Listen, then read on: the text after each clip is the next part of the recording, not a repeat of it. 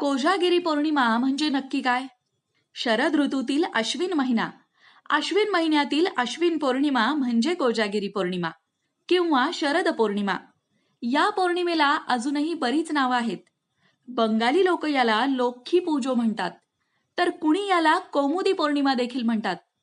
अनेक भागात ही नवरात्र पौर्णिमा म्हणून साजरी करतात.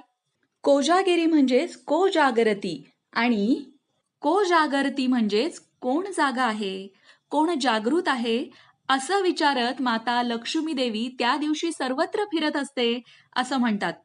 नवरात्रीनंतर येणारी ही पौर्णिमा, शेतीची कामंही अर्ध्यावर झालेली, शेतातील पिकं वाऱ्यावर डोलू लागलेली, 4 महिन्यांचा पावसाळाही संपत आलेला, काही भागात नवीन पिकं हाताशी सुद्धा आलेली, असं वातावरण सर्वत्र असतं. या दिवशी प्रत्येक कुटुंबातील ज्येष्ठ अपत्याला ओवाळून त्याची किंवा तिची अश्विनी साजरी करतात.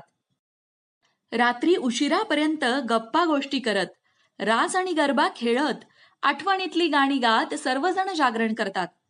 दूध आटवून सुकामेवा घालून लक्ष्मी मातेला त्याचा नैवेद्य दाखवतात आणि ते मसाला दूध सर्वजण प्राशन करतात.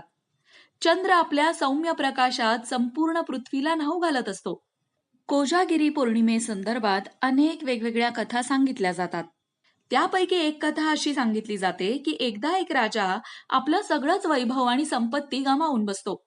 त्याची राणी कोजागिरी पौर्णिमेच्या दिवशी महालक्ष्मीचे व्रत करते आणि लक्ष्मी माता प्रसन्न होऊन तिला आशीर्वाद देते आणि त्यामुळेच राजाचे गतवैभव परत मिळते.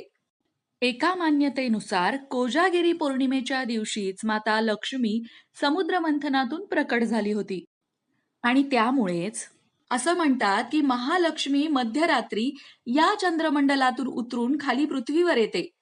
ती चांदण्यांच्या प्रकाशात अमृत कलश घेऊन प्रत्येकाला विचारते, को जागरती, को जागरती, म्हणजेच आपल्या कर्तव्याला कोण जागृत आहे का, कुणी जागा आहे का, आणि तिच्या हाकेला साद देण्यासाठी सगळेच जागे राहतात.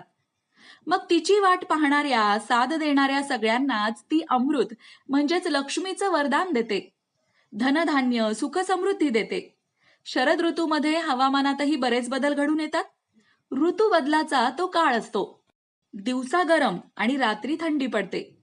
कोजागिरीचं शीतल चांदणं अंगावर घेतलं की मनःशांती, मनःशक्ती आणि उत्तम आरोग्याचा लाभ होतो. मंडळी, तुम्ही कोजागिरी पौर्णिमा कशा प्रकारे साजरी करता? या संदर्भातल्या तुमच्या काही सुंदर आठवणी असतील तर कमेंट बॉक्समध्ये